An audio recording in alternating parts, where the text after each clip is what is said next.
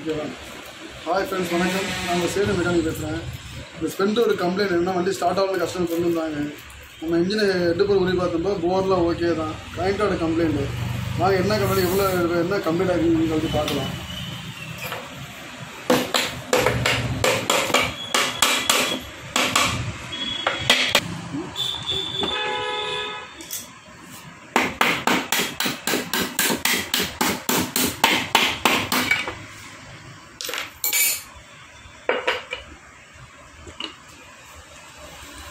கரண்டோட fault சுத்தமாக damage ஆகிடுச்சு. இங்கே